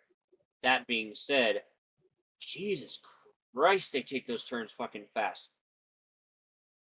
City driving is something else. It's absolutely true. So true. Also, I don't know if this applies to most big cities, but in New York, if you're not jaywalking, you're a tourist. Just FYI. Oh yeah. Truth. People on the roads, cars on the sidewalks. You just reverse it. It's fine. Yeah. Up next, we got not related to conventions at all, but could you tell us your favorite Disney film? Because Tangled is the clear best, by the way. If you say anything else, I'll assume you've had a head injury. Jeez. Wrong. What? Oh my god. No. What? We're gonna Lion fight. King. Tangled was Lion mid at best. King. I could quote the entire script of Lion King front to back. Yeah, like Beauty and the Beast, close second, because that is a fucking masterwork in cinematic storytelling. But like Lion King, hands down.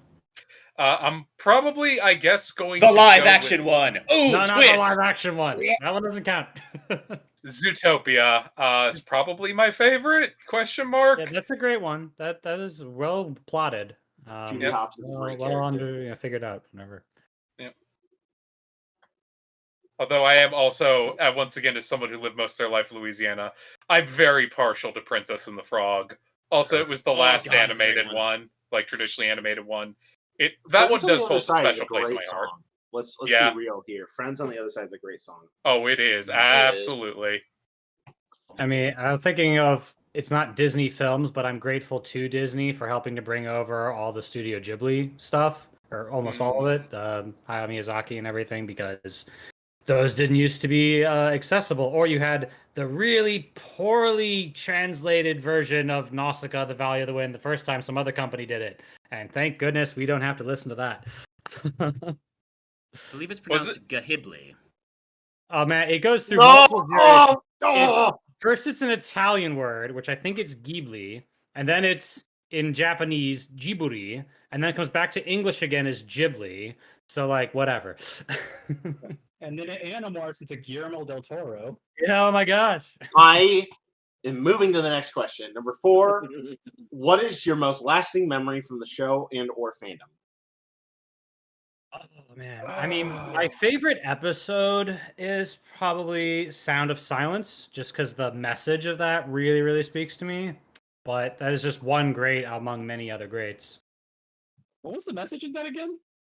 The Sound of Silence, that's the one with they introduced the Kieran and Eric, and the whole that you have to embrace your emotions, including the negative ones, because those are important too, instead of like being silent, which is a metaphor for just bottling things up all the time, which is a very important message in my life, I'll tell you what. Yeah. I mean, God, picking between my babies here, but I guess if I'm going to be absolutely real, probably the episode that hit me the most was Do Princesses Dream of Electric Sheep? Yeah. Because for 2 reasons. One,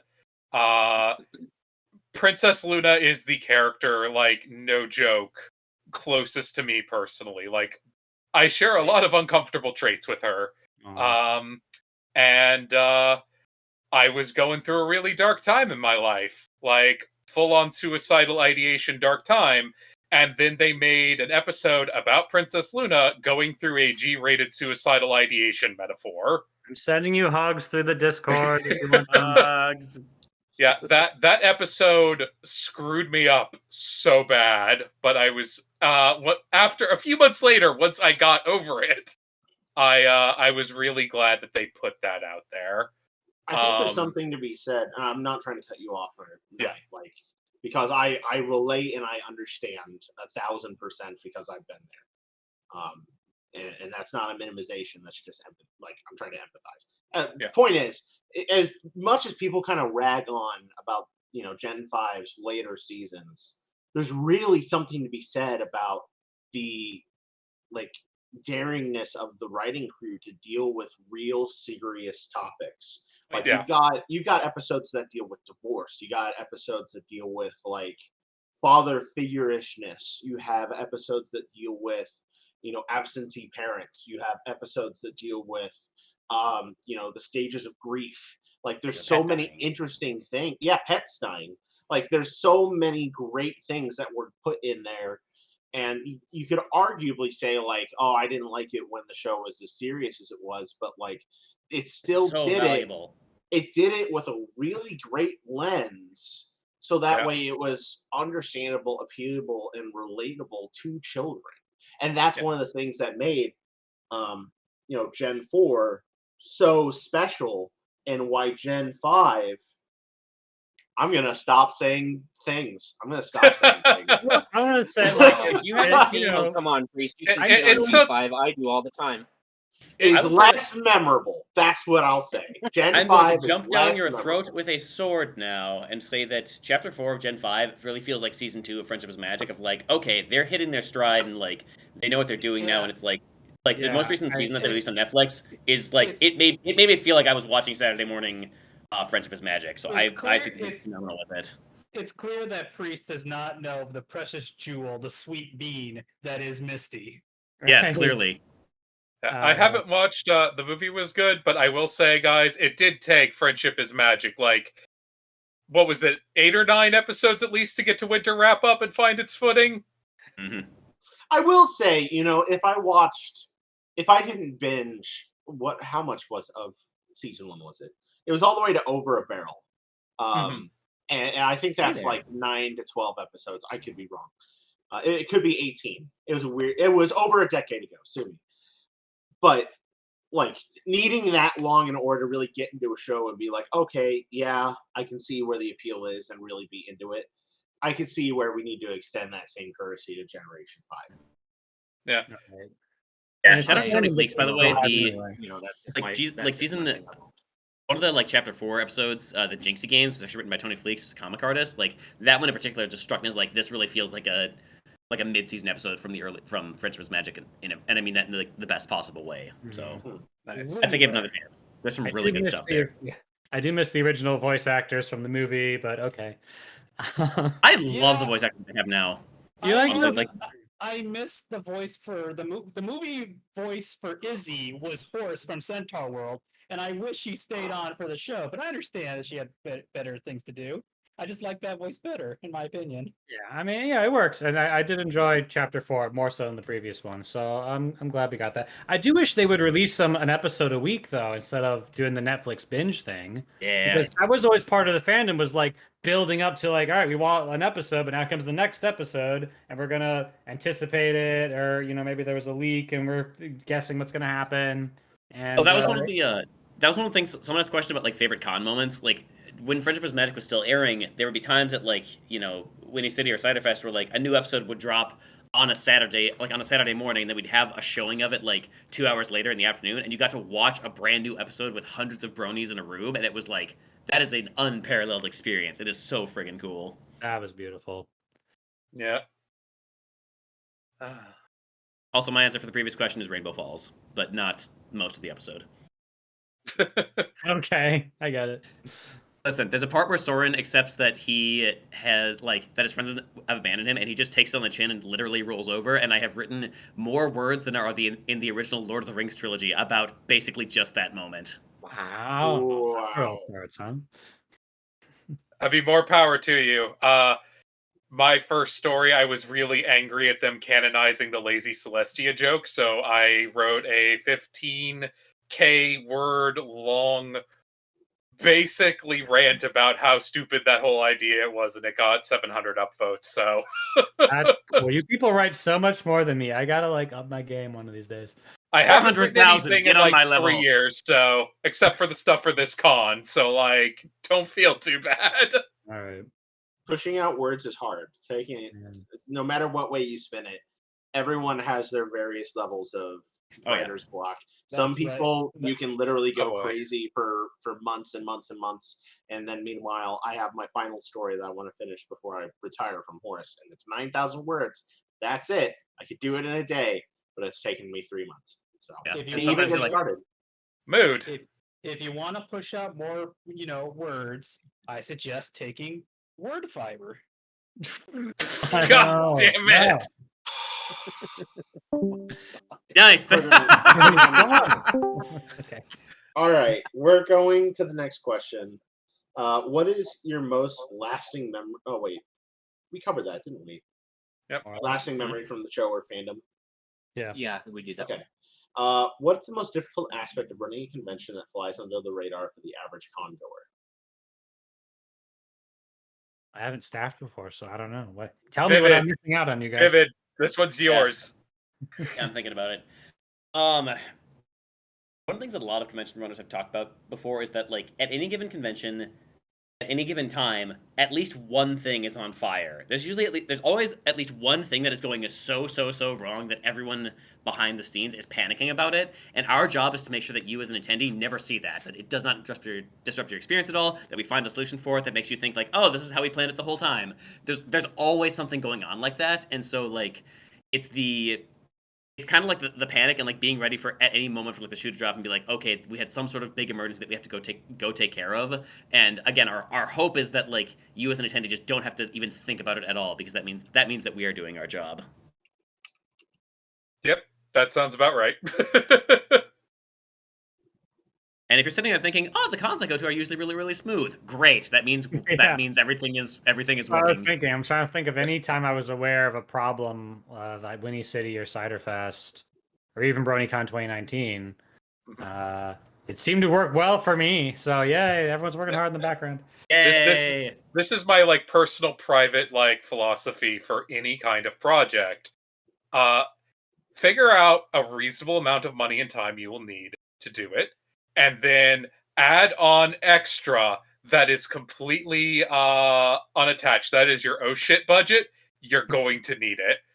Put I say together this a budget, then double it. Yeah. As someone who has tried to do indie game development, something's going to go wrong. Right, but when you're a con, you can't just double it. It's all about it. That is, dependent on bad sales and especially sponsors. And like, it's a like, what do we do with what we have? It's sort of like to get back to the upcoming convention. One of the things that we're doing with our planning for the storytelling experience is really like, and we've talked about this as a leadership team. What can we do if we just assume we have no money whatsoever and just the volunteers to help us? And so we start from that, and then we think, all right, well, we got some budget. I've started talking with Charlie about like specific budget items and saying like, hey, can we do this? Can we do this? Can we add this thing? And that's when we start to like add the the gravy on top of everything. Yeah. Also, when you're live, you just have to roll with it, right? Exactly. And there's something serious to be said about when it comes to conventions. The budget is what makes or breaks whether there's a next year. And any sort of like, even if you're over budget, obviously there's problems there. But if you're under budget, nowadays, especially with like, I want to say that there's a culture regarding conventions. Convention culture, is that permittable? Yeah. People will ask, well, where did this money go? Where do you ask for this amount of money? You got this. You used this much. Where did the money go? And that sort of pressure is never what that sort of convention wants to have. And that's what I will say more than anything else. Anytime I hear it's a con ran by Charlie, Charlie knows what he's doing. Charlie's like a legend in convention running culture, period. Absolutely. Actually, the question about like, not to diminish any other like staff that he employs. If anything, if Charlie has picked you to be a part of his convention, that shows a lot of trust and a lot of like importance of like why you are good. You are good. You have earned your stripes, so to speak. Well, butter me up, why don't you? Charlie knows the way to Candy Mountain. Charlie knows the way to Candy Mountain. I will say another like just peek behind the scenes of things that people never think about. Negotiations with hotels, like speaking of just on the budget thing, negotiations with hotels are so much more intricate than anyone would ever think they are. And I know this just as I was vice chair for MLP MSP and I got to sit in on several of these meetings and help with some of these decisions. But like there's stuff like it's called F&B, and this is true of anything in the industry. I'm not spoiling anything. It's called the food and F&B, food and beverage budget item. And like almost every con, almost any hotel you go to, there's this thing called F&B saying, hey, we're going to spend throughout the convention, we will spend X dollars at the bar. We're going to bring in people as associated with our convention and associated with our events are going to spend X dollars on food and beverages. And the thing is, if people don't spend that much, then the con has to pay the difference between that.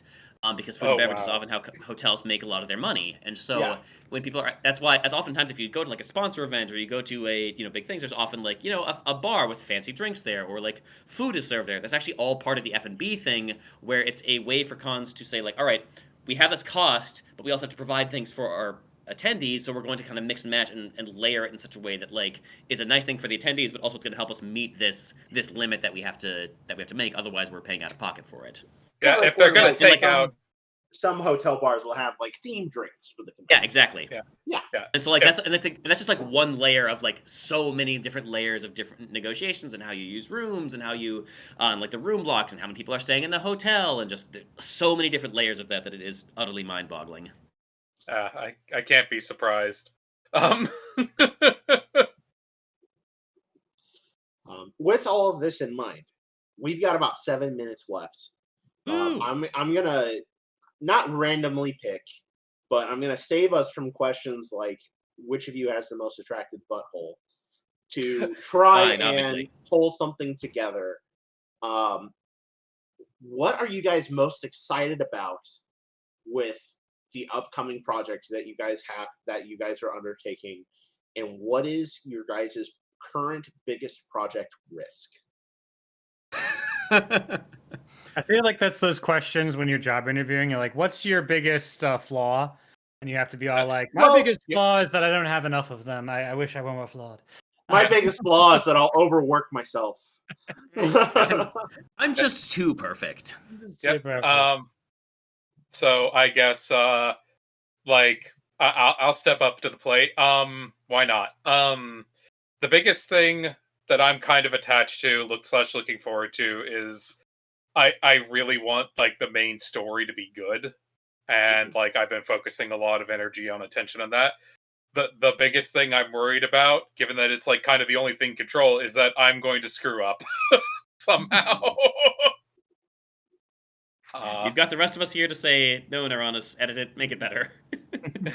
Oh no, it's not that I won't not that confident I'm going to put out good work. It's that I'm worried I'm going to become a sad boy and then suddenly 3 weeks will disappear. Dude, that's a mood. Oh my gosh. That's been me this week, where it's like, oh man, I want to get this thing done. Next thing I look up, it's Friday. All I did was play Tears of the Kingdom and order pizza. Like, oh fuck. I mean, there are other worse ways to spend your time than Tears of the Kingdom and pizza, but don't beat yourself up about it. It's just that I want this project to be good. I want to be a productive member of it, so I don't feel like I can emotionally afford to do Tears of the Kingdom and pizza as much as I would just like to immerse myself in that vibe. I hear you, especially when you're part of a team. You have this moment where it's like, oh, I don't want to let the team down. Yep.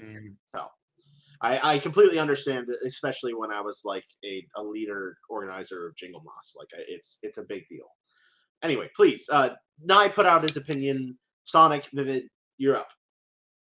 I mean, I said earlier, I'm looking forward to the live interaction. I'm looking forward to just that sense that we were here, like at the end of this, let's say to ourselves, we were here for this special moment, this special event. You had to be there. I meet some like newish member, younger people now. I hate that I get to use those words, but I do. They're like, oh yeah, I'm 22 and I joined the fandom like 4 years ago, and I'm like, oh well, you missed like all the various events along the way, and it's neat to say I was part of an event, a fan event in this case, to say, look, this was a special thing, and people will talk about it, hopefully in a good way, for years to come. Truly, it was an Aqua Teen Hunger Force.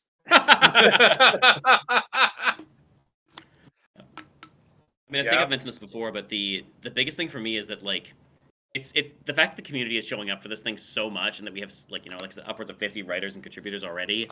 Like that's what excites me the most about this, because you hear all about like oh, the fandom's dying, or it's over its peak, or oh, it's G5, whatever. But like no, people are still here, are really excited about this, and want to come together for a really cool collaborative thing that I don't know if any other con has done at this scale before. Like getting this many people involved it's phenomenal. I love the energy that people are bringing into our Discord. That when they're bouncing ideas off each other. We had our first writing party last Sunday where people just got together in a Discord call and talked about their ideas and did some writing. And seeing all those people come together is the thing that I'm the most excited about. And the terrifying part is just I really don't want to let these folks down. We've made some big promises. There's a lot that we're investing in this con, and I know the entire leadership team feels this as well. We really, really, really want to deliver on it, because so many people have put their faith in us and in the con itself, that we know it's I feel like I owe it to them to give them just a mind-blowing experience like nothing they've ever seen before. Yeah, a lot of the people this week, I've been reaching out to a lot of my writer friends, and a lot of them are very excited about this project. And yeah, it would be as much as I am worried about my own performance, I do spend a lot of time thinking about how really cool it would be to experience what we have in mind on the ground. I've been very excited for this. Nervous-sided, I think, is the word. Yes. Nervous-sided is 1,000% the word. My stress levels are off the fucking charts. Take care of yourself. Self-care, it's important. That's why I'm drinking my horse beer. With 2 minutes left, taking a step back, obviously there's a very clear project that you guys are very excited about and want the world to see. But give yourselves a little bit of a moment to hype yourselves. So where can people find your social media outlet, your experience, your stories? Hype yourself up a little bit. Now, you start alphabetical. All right. Pretty much my only social media that I'm willing to give out, and that I'm honestly have anything of note on, is my Femfic profile. You can find it. I'm Nyronus, Nyronus. If you ask me, I feel like I've got some bangers up there of stories. Night of Dashing Dreams, Making an Old Lady Cry, and Other Hazards of Espionage. Those are all good stories. Come give them a read. Tell me what you think. Teacher and the Hippogriff. That's another one of my personal favorites. Yeah. And hey, come to the con. Come to Ponyville Ciderfest. Or at least follow the convenient link that I'm sure is going to be posted somewhere in this discussion, and apply if you want to be a writer, if you want to be an editor. Come do that. Come work with us. Also, if I have personally messaged you about a cool project for cool kids, this is it.